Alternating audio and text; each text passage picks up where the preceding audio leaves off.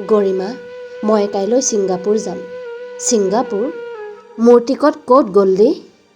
তোমাৰ টিকট নাই। মানে তুমি এইবাৰ মোৰ লগত নালাগে যাব। পাপুৰ গাটো বৰ ঠিক নাই। তুমি পাপুৰ লগত থাকা। ভিজাও কেঞ্চেল হ'ল তোমাৰ। মই 2 দিনৰ কাৰণে যাম আৰু ঘূৰিম। যাবলৈ মন নাই মোৰ। নাযাওঁ বুলি কোৱাৰ পিছতো ইহঁতে বৰ কামুৰি আছে। তোমাক অকলে পঠাই মোৰ চিন্তা হ'ব গ'লদি। চিন্তা? কিহৰ চিন্তা? মই অকলে ক'তনো যাম? ইহঁতচোন থাকিবই মোৰ লগত।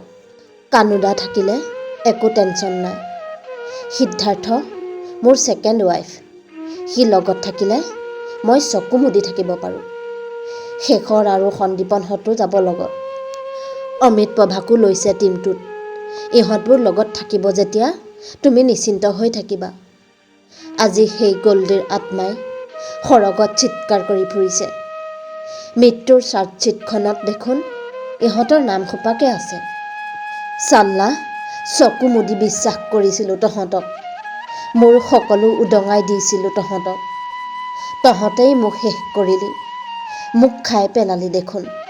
হেৰৌ, অসমখনৰ কাৰণে, ৰাইজৰ কাৰণে মোৰ যে বহুত সপোন আছিল অ'। কি হানি কৰিছিলোঁ তহঁতৰ? সুৰৰ মানুহ আছিলোঁ মই। গানৰ মানুহ আছিলোঁ।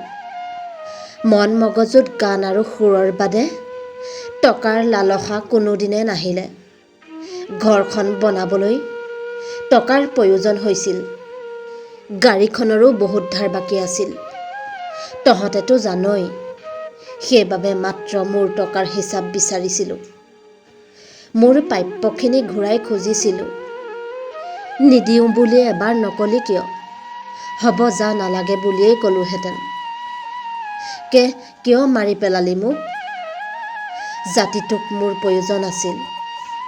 অসমখনক মোৰ প্ৰয়োজন আছিল। মদৰ নিচাত ইমান দিনে ভাবিছিলোঁ মই নিজেই মৰিলোঁ। এতিয়া মই শান্তি পোৱা নাই। তহঁত আপোনবোৰেই যে মোৰ হত্যাকাৰী। এই গোটেইবোৰ মানুহ নহয়, একোটা দানৱ, যাৰ বাবে আমি আমাৰ মানুহজনক হেৰুৱালোঁ। আমাৰ ঘৰখন, অসমখন থানবান হৈ গ'ল। ন্যায় ব্যৱস্থাৰ ওপৰত সম্পূৰ্ণ আস্থা ৰাখি খুব ধৈৰ্য আৰু সংযমেৰে আমি অপেক্ষা কৰিছোঁ। এই অসুৰবোৰে পৃথিৱীৰ আটাইতকৈ ভয়ানক শাস্তি পাওক।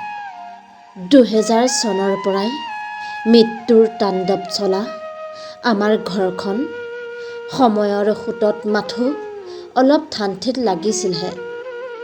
তাকো এই অসুৰবিলাকৰ সহ্য নহ'ল। মৃত্যুৰ ধুমুহাত বিধ্বস্ত আমাৰ ঘৰখন। ডেকা পুত্ৰক হেৰুওৱা এজন অসহায় পিতৃ। নিজৰ সাহস আৰু শক্তি হৈ থকা ককায়েকক হেৰুওৱা এজনী ভগ্নী। আৰু মই, যাৰ বাবে জুবিনেই সকলো আছিল। এতিয়া যিহেতু সকলো ন্যায় ব্যৱস্থাৰ অধীনত, এই সময়ত আমি আশা কৰিছোঁ SIT-য়ে দাখিল কৰা চাৰ্জশ্বীটখন উপযুক্ত সাক্ষ্য প্ৰমাণ আৰু তথ্যৰে যথেষ্ট সবল আৰু পানী নসৰাকৈ ইতিমধ্যে দাখিল কৰিছে। চৰকাৰী আইনজ্ঞসকলেও নিশ্চয় ইতিমধ্যে পঢ়ি সকলো চালি-জাৰি চাইছে।